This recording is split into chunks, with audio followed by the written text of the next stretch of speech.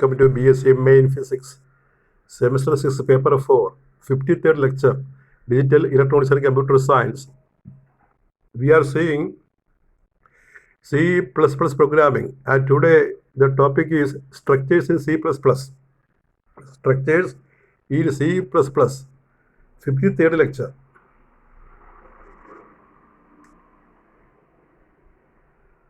So what is structure in C++? Structure in short we call as struct. What is struct in C++?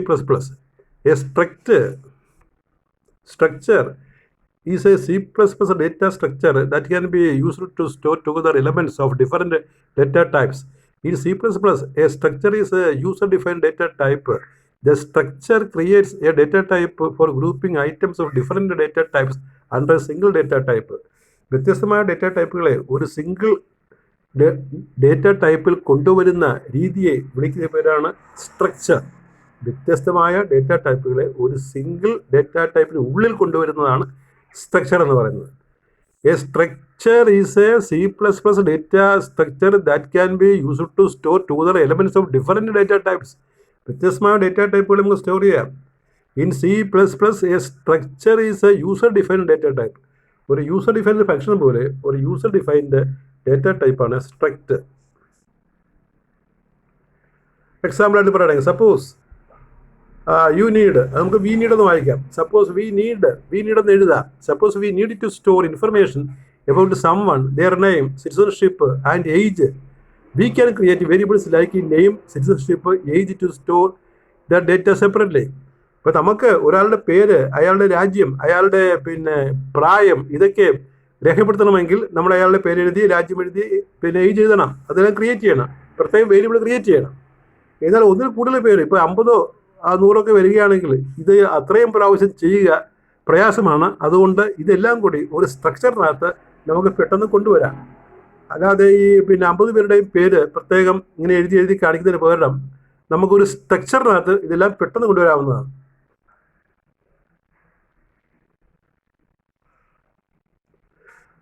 However, you need to store information about many persons in the future. അപ്പോൾ കൂടുതൽ പേര് നമുക്ക് ഉൾക്കൊള്ളിക്കണം. It means variables of different individuals will be created. For example, name 1, citizenship 1, age 1, etc. To avoid this, it is better to create a structure. ഇങ്ങനെ ഓരോരുത്തരുടേത് ഇൻഡിവിജ്വലായിട്ട് എഴുതി സൂക്ഷിക്കുന്നതിന് പകരം ഓരോരുത്തരുടെ വിവരങ്ങൾ ഇൻഡിവിജ്വലായിട്ട് പ്രത്യേകം എഴുതി സൂക്ഷിക്കുന്നതിന് പകരം ഒരു സ്ട്രക്ചർ ക്രിയേറ്റ് ചെയ്താൽ മതി. അപ്പോൾ നമുക്ക് എല്ലാത്തിനകത്തും നമ്മൾ പഠിക്കാമല്ലോ, ഡിക്ലറേഷൻ, ഡെഫിനിഷൻ ഉണ്ടല്ലോ. How to declare structure, how to define structure, അങ്ങനെ നമ്മൾ പഠിക്കുമല്ലോ. അല്ലെങ്കിൽ how to declare a variable, how to define a variable. ആ ഒരു പ്രോഗ്രാം എഴുതുമ്പോൾ ഡിക്ലറേഷനും ഡെഫിനിഷനും വേണമെന്ന് നമ്മൾ നേരത്തെ പറഞ്ഞിട്ടില്ലേ. അത് സ്ട്രക്ചറിൻ്റെ കാര്യത്തിലും ഉണ്ട്. How to declare a structure, how to define a structure, how to access that structure. How to declare a structure in C++ programming. The struct, അത് കീവേഡാണ്. The struct keyword defines a structure type followed by an identifier name of the structure. ഇപ്പോൾ സ്ട്രക്റ്റിൻ്റെ കൂടെ ആ കീവേഡിൻ്റെ കൂടെ ഒരു name കൂടി വേണം. Inside the curly braces or simply braces, we can declare one or more members. Declare variables inside curly braces of that structures. For example, അപ്പോൾ എങ്ങനെ declare ചെയ്യും, അത് എക്സാമ്പിളാണ് നമ്മൾ ഇനി പറയുന്നത്. സ്ട്രക്റ്റ് പേഴ്സൺ, ബ്രേസ്, കേളി ബ്രേസ്, ചാർ നെയിം, ഇൻസൈഡ് ബ്രാക്കറ്റ് 50, സെമിക്കോളൻ, ഇൻഡ് age, float salary, semicolon, closing brace, semicolon. Here a structure person is defined which has 3 members, name, age and salary.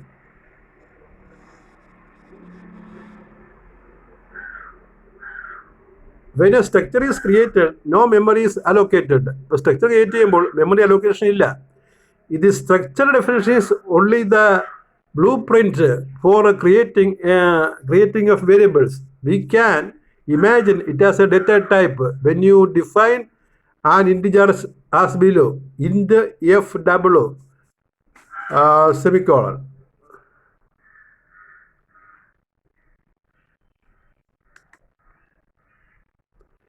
The end specifies that the variable f_o can hold the integer element only.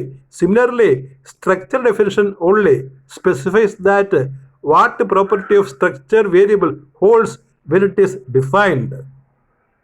Note, remember to end the declaration with a semicolon.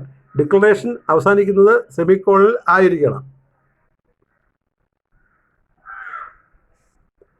ഇനി അടുത്തത് how to, അപ്പോൾ declaration കഴിഞ്ഞു, എങ്ങനെയാണ് നമ്മൾ ഒരു structure declare ചെയ്യുക അത് പറഞ്ഞു. ഇനി definition of structure, how to define a structure variable. Once we declare a structure person as above, we can define a structure variable as person bill. അപ്പോൾ നമ്മൾ ഒരു സ്ട്രക്ചർ പേഴ്സൺ എന്ന് ഡിഫൈൻ ചെയ്താൽ ഒരു വേരിയബിൾ ബിൽ നമുക്ക് ഇങ്ങനെ define ചെയ്യാം, person bill semicolon. അങ്ങനെയാണ് നമ്മൾ സ്ട്രക്ചർ ഡിഫൈൻ ചെയ്യുക. Considering we have either 32-bit or 64-bit system, the memory of float is 4 bytes, memory of int is 4 bytes, and memory of char is 1 byte. നമ്മൾ നേരത്തെ പഠിച്ചിട്ടുള്ളതാണ്. Hence 58 bytes of memory is allocated for structure variable bill. അപ്പോൾ bill എന്നുള്ള structure വേരിയബിളിന് 58 bytes വേണ്ടി വരും.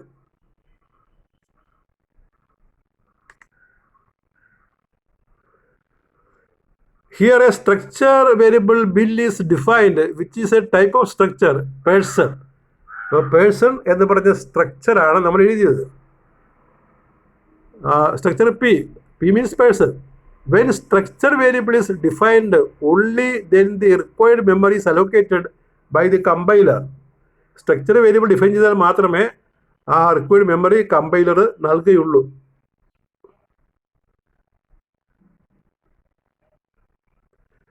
അപ്പോൾ declaration കഴിഞ്ഞു, definition കഴിഞ്ഞു. ഇനി എങ്ങനെയാണ് ആക്സസ് ചെയ്യുന്നത്, അത് കിട്ടുന്നത് എങ്ങനെയാണ്?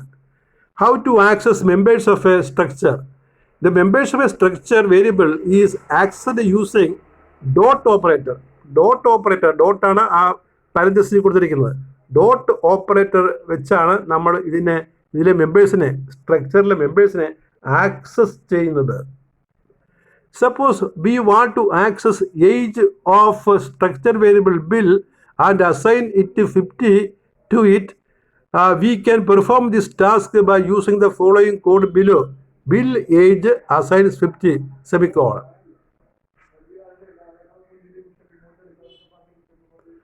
അപ്പോൾ ഒരു C++ സ്ട്രക്ചറിൻ്റെ ഒരു എക്സാമ്പിൾ പ്രോഗ്രാമാണ്. എന്താണ് ആ പ്രോഗ്രാം നോക്കൂ.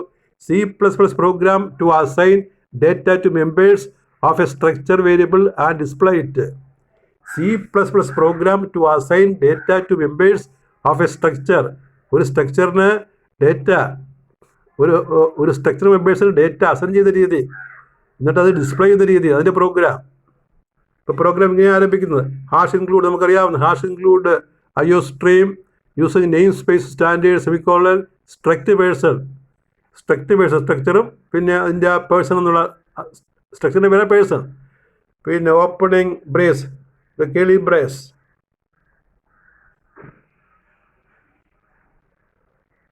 char name 50 semicolon int age float salary main parenthesis person P1 semicolon. അപ്പോൾ നമ്മൾ ഡിക്ലറേഷൻ നടത്തുകയാണ്.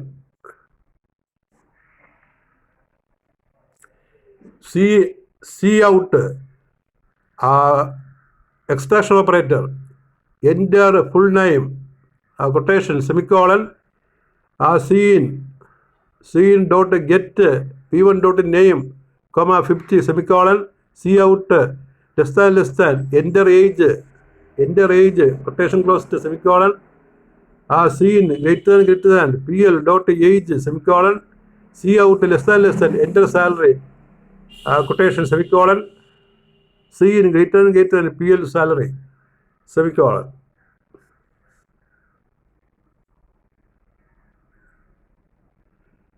C out less than new line displaying information quotation less than end line semicolon. അവിടെ semicolon ഉണ്ട്. Semicolon. C out less than name less than P1 dot name less than NDL semicolon. C out less than age less than P1 dot age less than NDL semicolon.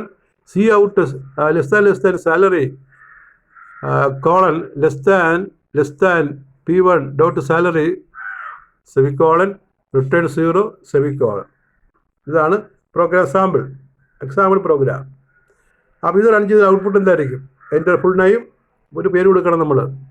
ഇവിടെ ഒരു എക്സാമ്പിളായിട്ട് മാഗ്ദലിന ഡെൻകോവ എന്ന് ഒരു പേര് കൊടുത്തിരിക്കുകയാണ്. ഏത് പേര് എഴുതാൻ നിങ്ങൾക്ക്? എൻ്റെ full name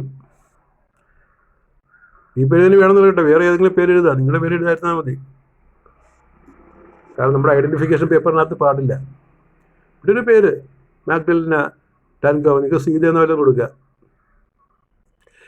Enter age 27, enter salary 1024.4, displaying information, name Magdalena Dangova, age 27, salary 1024.4. അതായിരിക്കും ഔട്ട്പുട്ട് നമുക്ക് കിട്ടുന്നത്. അപ്പോൾ ഇതിൽ എന്തൊക്കെ കാര്യങ്ങളാണ് നമ്മൾ ചെയ്തത്? ഹിയർ സ്ട്രക്ചർ പേഴ്സൺ എന്നുള്ളത് ആ ബോക്സിനകത്ത് P എന്നുള്ളത് അത് പേഴ്സൺ ഉദ്ദേശിക്കുന്നത്. Here structure person is declared which has 3 members, name, age and salary. Inside a main parenthesis function, a structure variable P1 is defined. Then the user is asked to enter information and data entered by user is displayed. അത്രയാണ് കാര്യങ്ങൾ. അപ്പോൾ ഇതിൽ നിന്ന് ചോദിക്കാവുന്ന probable ചോദ്യങ്ങളാണ് നമ്മളിവിടെ കൊടുത്തിരിക്കുന്നത്. ഇങ്ങനെ topic കുറേ ഉണ്ട് കേട്ടോ, മതിയായെങ്കിൽ പറയാം.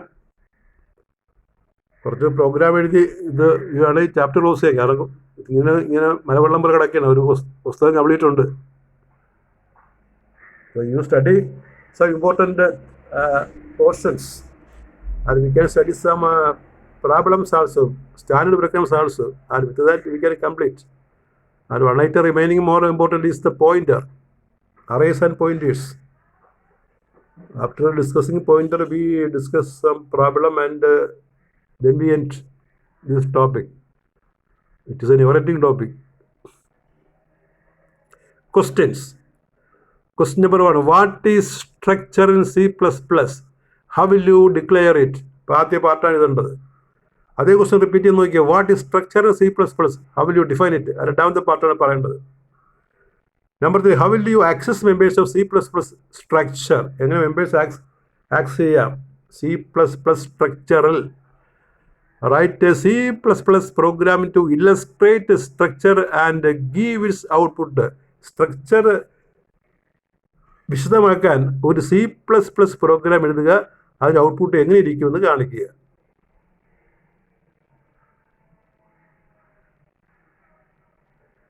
That is all with your 53rd lecture on digital electronics and computer science. With 3 or 4 classes, we will finish this chapter. And thereafter, one more chapter is remaining. The microprocessor chapter is remaining. And now it is a 53rd lecture. That is all. Thank you very much.